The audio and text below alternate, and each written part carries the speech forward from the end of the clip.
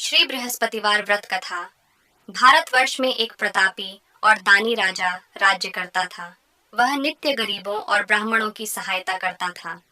यह बात उसकी रानी को अच्छी नहीं लगती थी। वह न ही गरीबों को दान देती, न ही भगवान का पूजन करती थी और राजा को भी दान देने से मना किया करती थी। एक दिन राजा शिकार खेलने वन को गए हुए थे, तो रानी महल में अकेली थी। उसी समय बृहस्पति देव साधु वेश में राजा के महल में भिक्षा के लिए गए और भिक्षा मांगी। रानी ने भिक्षा देने से इनकार किया और कहा, हे साधु महाराज, मैं तो दान पुण्य से तंग आ गई हूँ। मेरा पति सारा धन लुटाते रहते हैं। मेरी इच्छा है कि हमारा धन नष्ट हो जाए, फिर न रहेगा बांस न बजेगी बांसुरी। साधु ने कहा, देवी तुम तो बड़ी विचित्र हो। धन संतान तो सभी चाहते हैं, पुत्र और लक्ष्मी तो पापी के घर भी होने चाहिए। यदि तुम्हारे पास अधिक धन है तो भूखों को भोजन दो, प्यासों के लिए प्याऊ बनवाओ, मुसाफिरों के लिए धर्मशालाएं खुलवाओ। जो निर्धन अपनी कुंवारी कन्याओं का विवाह नहीं कर सकते, उनका विवाह करा दो। ऐसे और कई काम हैं जिनके करने से तुम्हारा यश लोक परलोक में फैलेगा। परंतु रानी पर उपदेश का कोई प्रभाव न पड़ा। वह बोली, महाराज, आप मुझे कुछ न समझाएं। मैं ऐसा धन नहीं चाहती जो हर जगह बांटती फिरूं। साधु ने उत्तर दिया, यदि तुम्हारी ऐसी इच्छा है तो तथास्तु। तुम ऐसा करना कि बृहस्पतिवार को घर लीपकर पीली मिट्टी से अपना सिर धोकर स्नान करना, भट्टी चढ़ाकर कपड़े धोना। ऐसा करने से आपका सारा धन नष्ट हो जाएगा। इतना कहकर वह साधु महाराज वहां से आलोप हो गए। साधु के अनुसार कई बातों को पूरा करते हुए रानी को केवल 3 बृहस्पतिवार ही बीते थे कि उसकी समस्त धन संपत्ति नष्ट हो गई। भोजन के लिए राजा का परिवार तरसने लगा। तब एक दिन राजा ने रानी से बोला कि हे रानी, तुम यहीं रहो, मैं दूसरे देश को जाता हूँ, क्योंकि यहाँ पर सभी लोग मुझे जानते हैं, इसलिए मैं कोई छोटा कार्य नहीं कर सकता। ऐसा कहकर राजा प्रदेश चला गया। वहां वह जंगल से लकड़ी काट कर लाता और शहर में बेचता। इस तरह वह अपना जीवन व्यतीत करने लगा। इधर राजा के परदेश जाते ही रानी और दासी दुखी रहने लगी। एक बार जब रानी और दासी को 7 दिन तक बिना भोजन के रहना पड़ा, तो रानी ने अपनी दासी से कहा, हे दासी, पास ही के नगर में मेरी बहन रहती है। वह बड़ी धनवान है। तू उसके पास जा और कुछ ले आ, ताकि थोड़ी बहुत गुजर बसर हो जाए। दासी रानी की बहन के पास गई। उस दिन गुरुवार था और रानी की बहन उस समय बृहस्पतिवार व्रत की कथा सुन रही थी।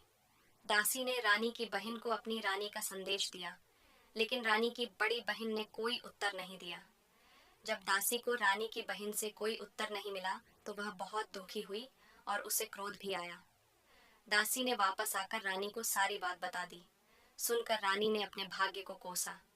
उधर रानी की बहन ने सोचा कि मेरी बहन की दासी आई थी, परंतु मैं उससे नहीं बोली, इससे वह बहुत दुखी हुई होगी। कथा सुनकर और पूजन समाप्त करके वह अपनी बहन के घर आई और कहने लगी, हे बहन, मैं बृहस्पतिवार का व्रत कर रही थी। तुम्हारी दासी मेरे घर आई थी, परंतु जब तक कथा होती है तब तक न तो उठते हैं और न ही बोलते हैं, इसलिए मैं नहीं बोली। कहो दासी क्यों गई थी? रानी बोली, बहन, तुमसे क्या छिपाऊं, हमारे घर में खाने तक को अनाज नहीं था। ऐसा कहते कहते रानी की आंखें भर आईं। उसने दासी समेत पिछले 7 दिनों से भूखे रहने तक की बात अपनी बहन को विस्तार पूर्वक सुना दी। रानी की बहन बोली, देखो बहन, भगवान बृहस्पति देव सबकी मनोकामना को पूर्ण करते हैं। देखो, शायद तुम्हारे घर में अनाज रखा हो। पहले तो रानी को विश्वास नहीं हुआ, पर बहन के आग्रह करने पर उसने अपनी दासी को अंदर भेजा, तो उसे सचमुच अनाज से भरा एक घड़ियाल मिल गया। यह देखकर दासी को बड़ी हैरानी हुई। दासी रानी से कहने लगी, हे रानी, जब हमको भोजन नहीं मिलता तो हम व्रत ही तो करते हैं, इसलिए क्यों न इनसे व्रत और कथा की विधि पूछ ली जाए, ताकि हम भी व्रत कर सकें। तब रानी ने अपनी बहन से बृहस्पतिवार व्रत के बारे में पूछा। उसकी बहन ने बताया, बृहस्पतिवार के व्रत में चने की दाल और मुनक्का से विष्णु भगवान का केले की जड़ में पूजन करें तथा दीपक जलाएं, व्रत कथा सुने और पीला भोजन ही करें। इससे बृहस्पति देव प्रसन्न होते हैं। व्रत और पूजन विधि बताकर रानी की बहन अपने घर को लौट गई। 7 दिन के बाद जब गुरुवार आया, तो रानी और दासी ने व्रत रखा। घुड़साल में जाकर चना और गुड़ लेकर आईं, फिर उससे केले की जड़ तथा विष्णु भगवान का पूजन किया। अब पीला भोजन कहाँ से आए, इस बात को लेकर दोनों बहुत दुखी थे। चूंकि उन्होंने व्रत रखा था, इसलिए बृहस्पति देव उनसे प्रसन्न थे। इसलिए वे एक साधारण व्यक्ति का रूप धारण कर 2 थालों में सुंदर पीला भोजन दासी को दे गए। भोजन पाकर दासी प्रसन्न हुई और फिर रानी के साथ मिलकर भोजन ग्रहण किया। उसके बाद वे सभी गुरुवार को व्रत और पूजन करने लगी। बृहस्पति भगवान की कृपा से उनके पास फिर से धन संपत्ति आ गई, परंतु रानी फिर से पहले की तरह आलस्य करने लगी। तब दासी बोली, देखो रानी, तुम पहले भी इस प्रकार आलस्य करती थी।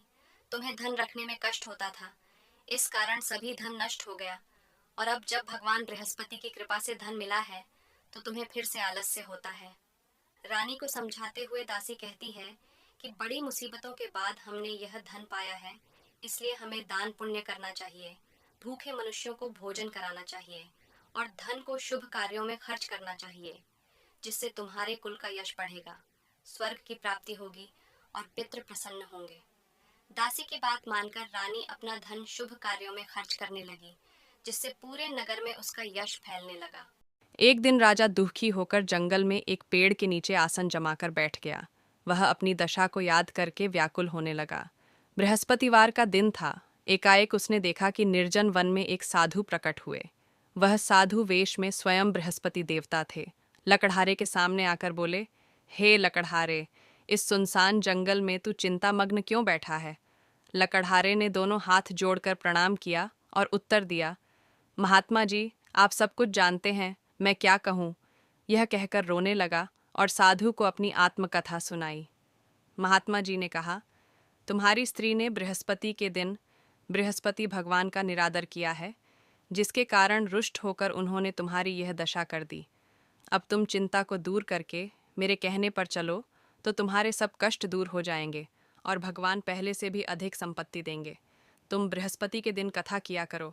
2 पैसे के चने मुनक्का लाकर उसका प्रसाद बनाओ और शुद्ध जल से लौटे में शक्कर मिलाकर अमृत तैयार करो।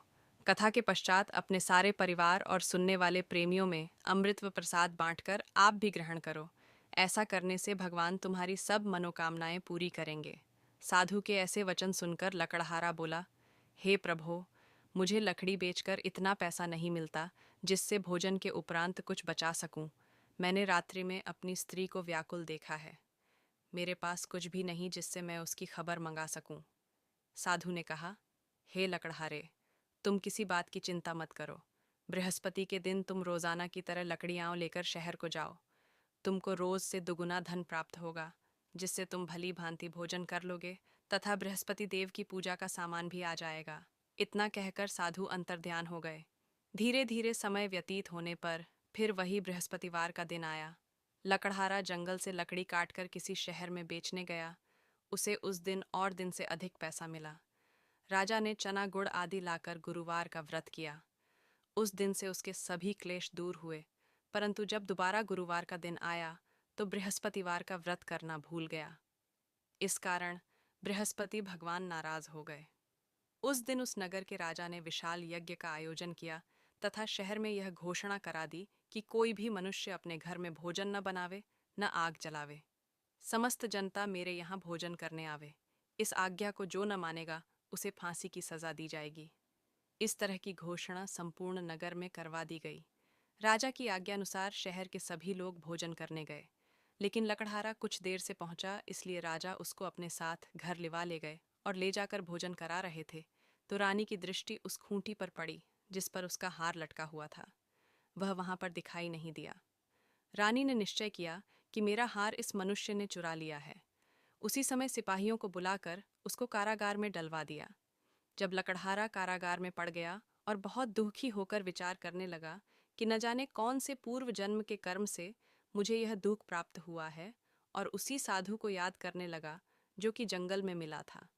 उसी समय तत्काल बृहस्पति देव साधु के रूप में प्रकट हुए और उसकी दशा को देखकर कहने लगे, अरे मूर्ख, तूने बृहस्पति देव की कथा नहीं करी, इस कारण तुझे दुख प्राप्त हुआ है। अब चिंता मत कर, बृहस्पतिवार के दिन कारागार के दरवाजे पर 4 पैसे पड़े मिलेंगे। उनसे तू बृहस्पति देव की पूजा करना, तेरे सभी कष्ट दूर हो जाएंगे। बृहस्पति के दिन उसे 4 पैसे मिले। लकड़हारे ने कथा कही उसी रात्रि को बृहस्पति देव ने उस नगर के राजा को स्वप्न में कहा, हे राजा, तुमने जिस आदमी को कारागार में बंद कर दिया है वह निर्दोष है, वह राजा है, उसे छोड़ देना। रानी का हार उसी खूंटी पर लटका है। अगर तू ऐसा नहीं करेगा तो मैं तेरे राज्य को नष्ट कर दूंगा। इस तरह रात्रि के स्वप्न को देखकर राजा प्रातःकाल उठा और खूंटी पर हार देखकर लकड़हारे को बुलाकर क्षमा मांगी तथा लकड़हारे को योग्य सुंदर वस्त्र आभूषण देकर विदा कर दिया। बृहस्पति देव की आज्ञानुसार लकड़हारा अपने नगर को चल दिया। राजा जब अपने नगर के निकट पहुंचा तो उसे बड़ा आश्चर्य हुआ। नगर में पहले से अधिक बाग, तालाब, कुएं तथा बहुत सी धर्मशाला, मंदिर आदि बन गई हैं। राजा ने पूछा, यह किसका बाग और धर्मशाला है? तब नगर के सब लोग कहने लगे, यह सब रानी और बांदी के हैं। तो राजा को आश्चर्य हुआ और गुस्सा भी आया। जब रानी ने यह खबर सुनी कि राजा आ रहे हैं तो उन्होंने बांदी से कहा कि हे दासी, देख राजा हमको कितनी बुरी हालत में छोड़ गए थे। हमारी ऐसी हालत देखकर वह लौट न जाए, इसलिए तू दरवाजे पर खड़ी हो जा। आज्ञानुसार दासी दरवाजे पर खड़ी हो गई। राजा आए तो उन्हें अपने साथ लिवा लाई। तब राजा ने क्रोध करके अपनी रानी से पूछा कि यह धन तुम्हें कैसे प्राप्त हुआ है? तब उन्होंने कहा, हमें यह सब धन बृहस्पति देव के इस व्रत के प्रभाव से प्राप्त हुआ है। राजा ने निश्चय किया कि 7 रोज बाद तो सभी बृहस्पति देव का पूजन करते हैं, परंतु मैं प्रतिदिन दिन में 3 बार कहानी तथा रोज व्रत किया करूंगा। अब हर समय राजा के दुपट्टे में चने की दाल बंधी रहती तथा दिन में 3 बार कहानी कहता। एक रोज राजा ने विचार किया कि चलो अपनी बहन के यहाँ हो आवें। इस तरह निश्चय कर राजा घोड़े पर सवार हो अपनी बहन के यहाँ को चलने लगा। मार्ग में उसने देखा कि कुछ आदमी एक मुर्दे को लिए जा रहे हैं। उन्हें रोककर राजा कहने लगा, अरे भाइयों, मेरी बृहस्पति देव की कथा सुन लो। वे बोले, लो, हमारा तो आदमी मर गया है, इसको अपनी कथा की पड़ी है। परंतु कुछ आदमी बोले, अच्छा कहो, हम तुम्हारी कथा भी सुनेंगे। राजा ने दाल निकाली और जब कथा आधी हुई थी कि मुर्दा हिलने लग गया, और जब कथा समाप्त हो गई तो राम राम करके मनुष्य उठकर खड़ा हो गया। आगे मार्ग में उसे एक किसान खेत में हल चलाता मिला। राजा ने उसे देख और उससे बोले, अरे भैया, तुम मेरी बृहस्पतिवार की कथा सुन लो। किसान बोला, जब तक मैं तेरी कथा सुनूंगा तब तक 4 हरैया जोत लूंगा। जा अपनी कथा किसी और को सुनाना। इस तरह राजा आगे चलने लगा। राजा के हटते ही बैल पछाड़ खाकर गिर गए तथा किसान के पेट में बड़ी जोर का दर्द होने लगा। उस समय उसकी माँ रोटी लेकर आई। उसने जब यह देखा तो अपने पुत्र से सब हाल पूछा और बेटे ने सभी हाल कह दिया। तो बुढ़िया दौड़ी दौड़ी उस घुड़सवार के पास गई और उससे बोली कि मैं तेरी कथा सुनूंगी, तू अपनी कथा मेरे खेत पर चलकर ही कहना। राजा ने बुढ़िया के खेत पर जाकर कथा कही, जिसके सुनते ही वह बैल उठ खड़ हुए तथा किसान के पेट का दर्द भी बंद हो गया। राजा अपनी बहन के घर पहुंचा। बहन ने भाई की खूब मेहमानी की। दूसरे रोज प्रातःकाल राजा जगा तो वह देखने लगा कि सब लोग भोजन कर रहे हैं। राजा ने अपनी बहन से कहा, ऐसा कोई मनुष्य है जिसने भोजन नहीं किया हो, मेरी बृहस्पतिवार की कथा सुन ले। बहन बोली, हे भैया, यह देश ऐसा ही है कि पहले यहाँ लोग भोजन करते हैं, बाद में अन्य काम करते हैं। अगर कोई पड़ोस में हो तो देख आऊं। वह ऐसा कहकर देखने चली गई, परंतु उसे कोई ऐसा व्यक्ति नहीं मिला जिसने भोजन न किया हो। अतः वह एक कुम्हार के घर गई जिसका लड़का बीमार था। उसे मालूम हुआ कि उनके यहाँ 3 रोज से किसी ने भोजन नहीं किया है। रानी ने अपने भाई की कथा सुनने के लिए कुम्हार से कहा। वह तैयार हो गया। राजा ने जाकर बृहस्पतिवार की कथा कही, जिसको सुनकर उसका लड़का ठीक हो गया। अब तो राजा की प्रशंसा होने लगी। एक रोज राजा ने अपनी बहन से कहा कि हे बहन, हम अपने घर को जाएंगे, तुम भी तैयार हो जाओ। राजा की बहन ने अपनी सास से कहा। सास ने कहा, हाँ चली जा, परंतु अपने लड़कों को मत ले जाना, क्योंकि तेरे भाई के कोई औलाद नहीं है। बहन ने अपने भैया से कहा, हे भैया, मैं तो चलूंगी पर कोई बालक नहीं जाएगा। राजा बोला, जब कोई बालक नहीं चलेगा तब तुम ही क्या करोगी। बड़े दुखी मन से राजा अपने नगर को लौट आया। राजा ने अपनी रानी से कहा, हम निर्वंशी हैं, हमारा मुंह देखने का धर्म नहीं है और कुछ भोजन आदि नहीं किया। रानी बोली, हे प्रभु, बृहस्पति देव ने हमें सब कुछ दिया है, वह हमें औलाद अवश्य देंगे। उसी रात को बृहस्पति देव ने राजा से स्वप्न में कहा, हे राजा, उठ, सभी सोच त्याग दे, तेरी रानी गर्भ से है। राजा की यह बात सुनकर बड़ी खुशी हुई। 9वें महीने में उसके गर्भ से एक सुंदर पुत्र पैदा हुआ। तब राजा बोला, हे रानी, स्त्री बिना भोजन के रह सकती है, पर बिना कहे नहीं रह सकती। जब मेरी बहन आवे तो मुझसे कुछ कहना मत। रानी ने सुनकर हाँ कर दिया। जब राजा की बहन ने यह शुभ समाचार सुना तो वह बहुत खुश हुई तथा बधाई लेकर अपने भाई के यहाँ आई। तभी रानी ने कहा, घोड़ा चढ़कर तो नहीं आई, गधा चढ़ी आई। राजा की बहन बोली, भाभी, मैं इस प्रकार न कहती तो तुम्हें औलाद कैसे मिलती। बृहस्पति देव ऐसे ही हैं, जैसी जिसके मन में कामनाएं हैं सभी को पूर्ण करते हैं। जो सद्भावना पूर्वक बृहस्पतिवार का व्रत करता है एवं कथा पढ़ता है अथवा सुनता है, दूसरों को सुनाता है, बृहस्पति देव उसकी सभी मनोकामना पूर्ण करते हैं। आपको ये कहानी कैसी लगी हमें कमेंट में ज़रूर बताएं। वीडियो अच्छी लगी हो तो चैनल को सब्सक्राइब करना ना भूलें और बेल आइकन को दबाना ना भूलें।